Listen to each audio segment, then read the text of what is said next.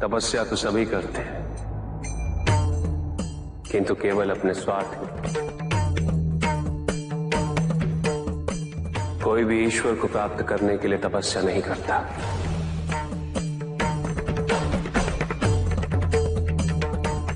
कोई भी तपस्या इसलिए नहीं करता कि उसकी भक्ति उसके आराध्य तक पहुंच जाए। मृत्यु चाहते हो, मुक्ति चाहते, किंतु मृत्यु से मुक्ति प्राप्त नहीं होती। ना ही मृत्यु जीवन का अंत होती। सृष्टि ही जीवन, प्रकाश ही जीवन। और यदि जब हम नेत्र खोले और हमें प्रकाश की अनुभूति ना हो, तो इसका यह अर्थ नहीं कि प्रकाश कहीं नहीं। प्रकाश है। आवश्यकता है तो अपने नेत्र खोलकर अंधकार के परे देते। यदि इस संसार में उन्नति तभी संभव है जब इस संसार में समानता हो, बराबरी। यदि कोई सर्वशक्तिशाली ही नहीं रहेगा तो कोई निर्बल नहीं होगा। यदि कोई बड़ा नहीं होगा तो कोई छोटा ही नहीं रह पाएगा। शक्ति के इस संतुलन को संतुलित रखना अनिवार्य है, क्योंकि ईर्ष्यापूर्ण प्रवृत्ति व्यक्तिगत होती है। वो केवल अपने स्वार्थ, अपने उद्धार तक ही सीमित रहती है। ईर्ष्या ही वो विष है जो व्यक्ति के हृदय में ना हारने की महत्वाकांक्षा को जन्म देती। जीतने की इस व्यवस्था से ग्रसित मनुष्य धर्म अधर्म, न्याय अन्याय, उचित अनुचित का ज्ञान भूल जाता है।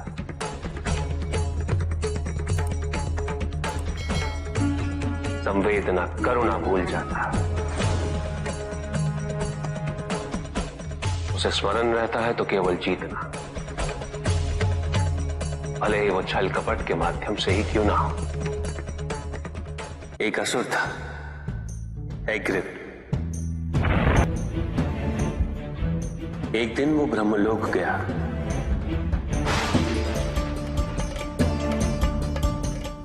और बड़ी चालाकी से उसने ब्रह्मदेव से चारों वेद प्राप्त कर लिए।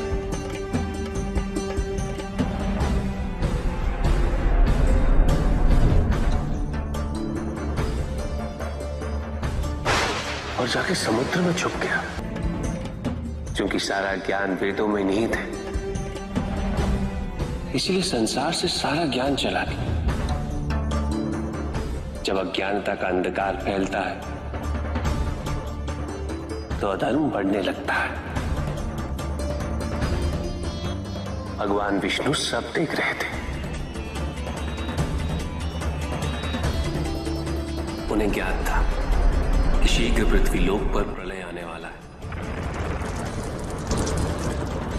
एग्रिप के साथ चारों वेद भी लुप्त होने का भय था। ब्रह्मदेव सृजन करता है। वेदों के अभाव में पुनर्जन्म की प्रक्रिया को पुनर्स्थापित करना अत्यंत कठिन। इसीलिए एग्रिप से उन वेदों को पुनः प्राप्त करना अनिवार्य था। तो भगवान विष्णु ने क्या किया? भगवान विष्णु ने एक मत्स्य रूप धारण किया। वो एक मछली बने और नदी में अवतरित। राजा सत्यव्रत स्नान कर रहे थे। एक छोटी सी मछली उनके हाथ में आ गई। इतनी छोटी मछली? भगवान विष्णु? हाँ, राजा सत्यव्रत उस मछली को जल में छोड़ने जा ही रहे थे कि उस मछली ने बड़ी मछलियों का भय जताते हुए उनसे विनती की। उनसे कहा कि वो उसे अपने साथ ले चले। राजा सत्यव्रत अत्यंत दयालु थे। मछली को अपने कमंडल में शरण दे दी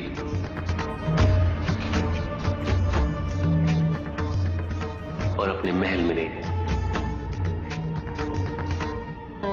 किंतु रात भर में मछली इतनी बड़ी हो गई कि कमंडल में रह पाना उसके लिए संभव ही नहीं था। और उसका बड़ा आकार देखने के पश्चात राजा सत्यव्रत ने उसे कमंडल में से निकालकर एक मटकी में डाल दिया। मटकी में डालने के पश्चात उसका आकार पुनः बड़ा हो गया। तो राजा सत्यव्रत ने उसे मटकी में से निकालकर एक सरोवर में रख दिया।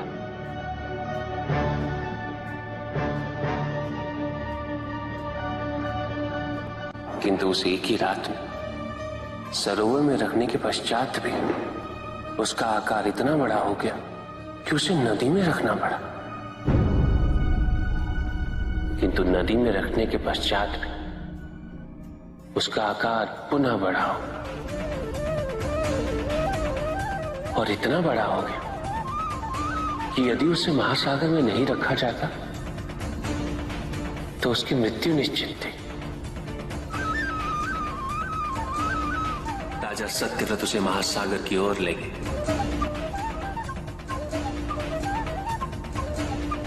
क्योंकि राजा सत्यव्रत तपस्वी थे, ज्ञानी थे, उन्हें आभास हुआ कि ये कोई साधारण मछली नहीं, ये स्वयं साक्षात भगवान विष्णु ही है। भगवान विष्णु राजा सत्यव्रत की उदारता से अत्यंत प्रसन्न थे। इसीलिए उन्होंने राजा सत्यव्रत को मत्स्य रूप धारण करने का कारण बताया। साथ ही उन्होंने सत्यव्रत से कहा कि आज से 7वें दिन प्रलय आएगा, समस्त पृथ्वी जल में समा जाएगी। किंतु आप सप्त ऋषियों के साथ साथ अनाज, वनस्पति व अशुद्धों की प्रत्येक प्रजाति के बीज और प्रत्येक पशु का एक एक जोड़ा लेकर एक विशाल नौका में सवार होकर मेरी प्रतीक्षा कीजिएगा। केवल एक ही स्थान ऐसा होगा जिसकी ऊंचाइयों को जल छू नहीं पाएगा। मैं लौटूंगा और आपको वहां लेके चलूंगा। ऐसा कौन सा स्थान था? हिमालय पर, अर्थात तुम्हारी माता के पिता हिमालय। फिर क्या हुआ? ऐसा कह के भगवान विष्णु समुद्र में चले गए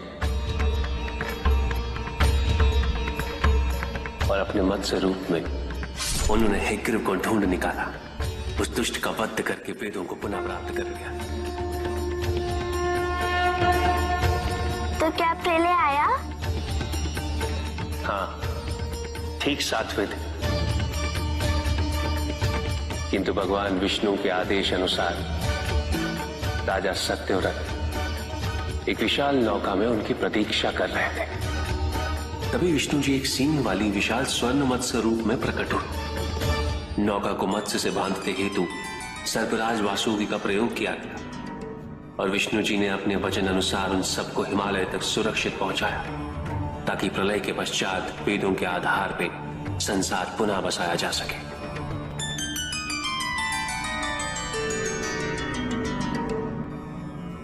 राजा सत्यव्रत मनु कहलाए। मनु अर्थात मानव जाति के प्रजनक।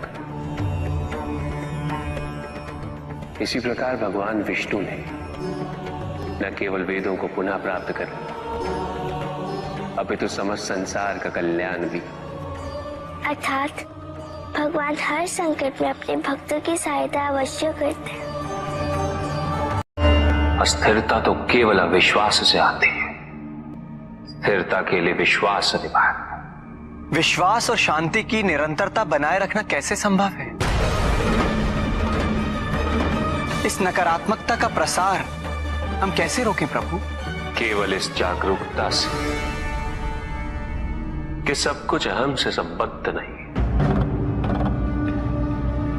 जब भी किसी व्यक्ति के कार्य में अहम भाव प्रबल हो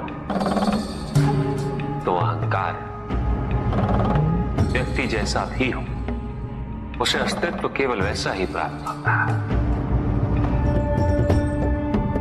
व्यक्ति यदि अपने कर्मों के लिए अपने को उत्तरदायी समझे तो वो स्वतंत्र था। जब तक व्यक्ति किसी और को उत्तरदायी समझेगा तब तक वो निर्भर रहेगा। पाएगा। व्यक्ति यदि ये सोचे कि उसके दुख का कारण कोई और है, तो सुखी कैसे रह पाएगा? यह असंभव है, क्योंकि दूसरों को परिवर्तित करना उसके वश में नहीं। वो तो केवल अपने आप को परिवर्तित कर सकता है। यही एक स्वतंत्रता है उसके पास। जो पीड़ा है, जो कष्ट है, वो व्यक्ति के अपने फल है, अपने निर्णय के फल। और जिस दिन वो अपने निर्णय परिवर्तित कर ले, उसी दिन उसके जीवन में परिवर्तन भी आ जाएगा। जिन्होंने जीवन के प्रति घृणा सिखाई, उन सभी व्यक्तियों ने पृथ्वी को नर्क बनाने में अपना योगदान दिया। इसलिए अधिकांश व्यक्ति अपने दोष, अपनी त्रुटियां और अपनी व्यर्थता को जीवन पर आरोपित कर मुक्त हो जाते। उन्हें लगता है कि जीवन ऐसा ही होता है और उसके समक्ष वो विवश। वो ये नहीं समझते कि वो जिन प्रवृत्तियों को लिए, वो प्रवृत्तियां दुख को जन्म देने वाली वृत्तियां हैं। वो अपनी अज्ञानता की गहराई से अनभिज्ञ है और वो अपने अहंकार में ये स्वीकार नहीं कर पाते कि वो तो कुछ जानते ही नहीं। अहंकार सर्वज्ञता का भ्रम उत्पन्न करता है। न जानने की स्वीकृति बहुत बड़ी विनम्रता है और वही पवित्रता भी है। हमें संसार में संतुलन को बनाए रखने के लिए पवित्रता के आधिक्य की आवश्यकता है। किंतु प्रभु, इस पवित्रता में कौन से लक्षण अनिवार्य हैं? अनेकों लक्षण, किंतु इन परिस्थितियों में जो सबसे अधिक महत्वपूर्ण है, वो है सतित्व। सकारात्मक ऊर्जा का सबसे पावन स्वरूप सतित्व। इस सतित्व पर मात्र विश्वास ही पर्याप्त है व्यक्ति को सुरक्षित रखने के लिए।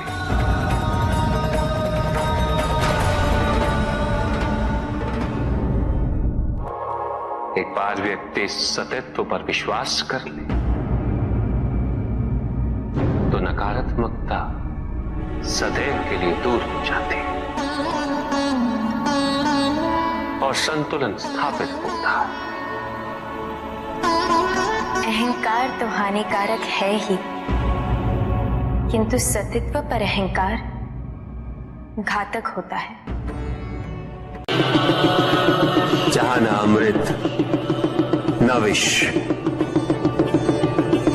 न सुख, न दुख, न स्वर्ग, न नरक, वही परम आनंद है। उसी परम आनंद तक की यात्रा है तुम्हारी। ये यात्रा आनंद के सानिध्य की है। ये यात्रा सानिध्य के आनंद की है और इस यात्रा में मैं प्रतिपल तुम्हारे साथ हूं। मुझे ढूंढो मत, केवल पहचानो, तुम ही मैं हूं, मैं ही तुम। हर आरंभ का मैं ही अंत हूं और हर अंत सदैव मेरा ही आरंभ होगा। देव देव महादेव शिवा, देव देव महादेव शिवा। चंद्रमा उसी जल में प्रतिबिंबित होता है जो जल शांत हो, स्थिर हो। यही तो समस्या होती है मन की। मन कभी भी शांत नहीं हो पाता है। जहां शांति नहीं, वहां कुछ भी नहीं रुकता। समुद्र की लहरों की भांति विचारों का उपद्रव मन को निरंतर स्थिर रखता है। कुछ भी सुनने और समझने के लिए मन का मौन रहना आवश्यक है, किंतु मन मौन रहना नहीं चाहता। वो तो निरंतर कुछ ना कुछ कहता रहता। प्रतिपल